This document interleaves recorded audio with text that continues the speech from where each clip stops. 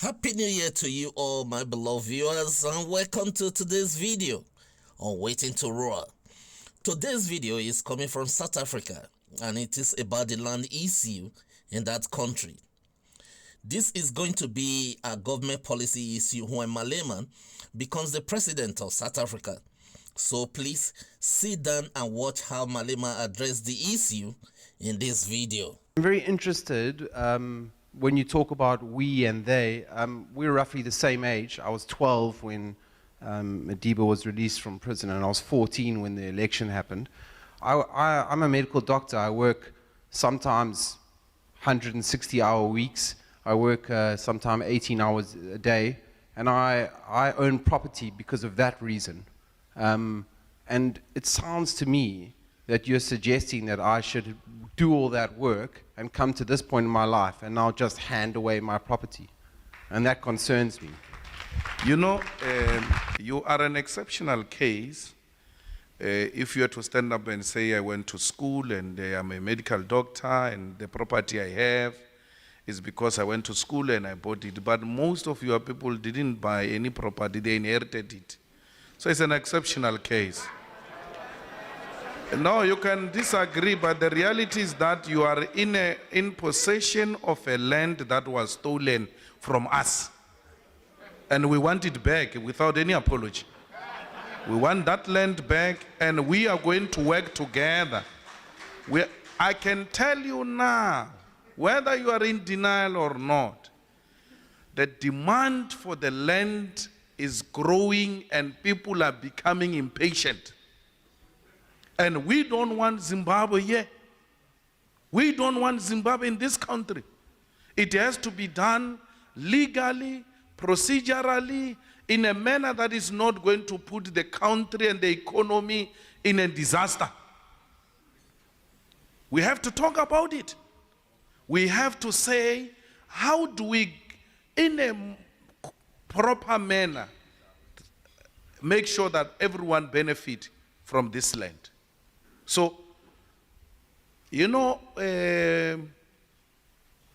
Santa will know, and those who were involved in the negotiations and pre-negotiations, that when it was inevitable for democracy to be ushered in, most of the corrupt state officials began to transfer land into the names of individuals.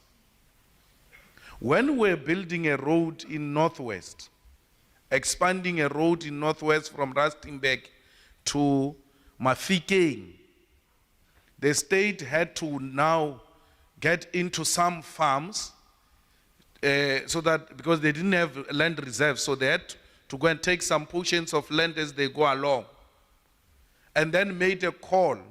All those who were affected by our expropriation of land, please come forward so that we can compensate you. Very few people turned up.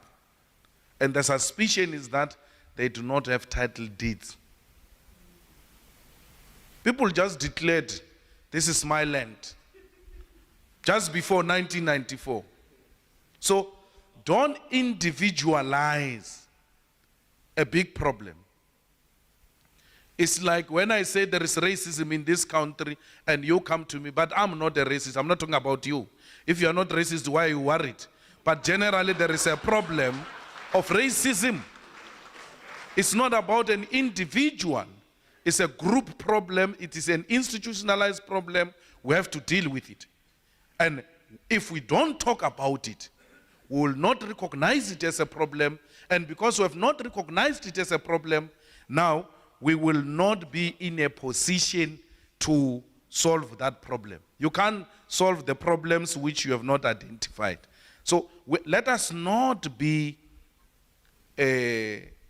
sensitive. I mean, you are a graduate, you are a doctor, you own a piece of property. I've got a black doctor here with me, very young also, a graduate, and he owns property. We're not taking your property only. We're talking also his property, the flat he owns, a flat size. His flat is almost the size of your bathroom for sure. But even that, we're taking from him. So it's not about a black or white.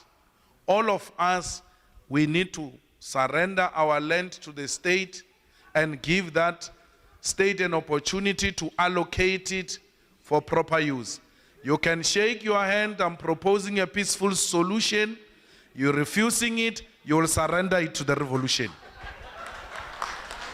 To be honest, it is not clear how the land issue will be addressed in South Africa without anarchy, chaos, tribulation, and trouble. But I can see the angle in which Julius Malema is coming from. He is trying to address the policy of apartheid that robbed the people of their ancestral land.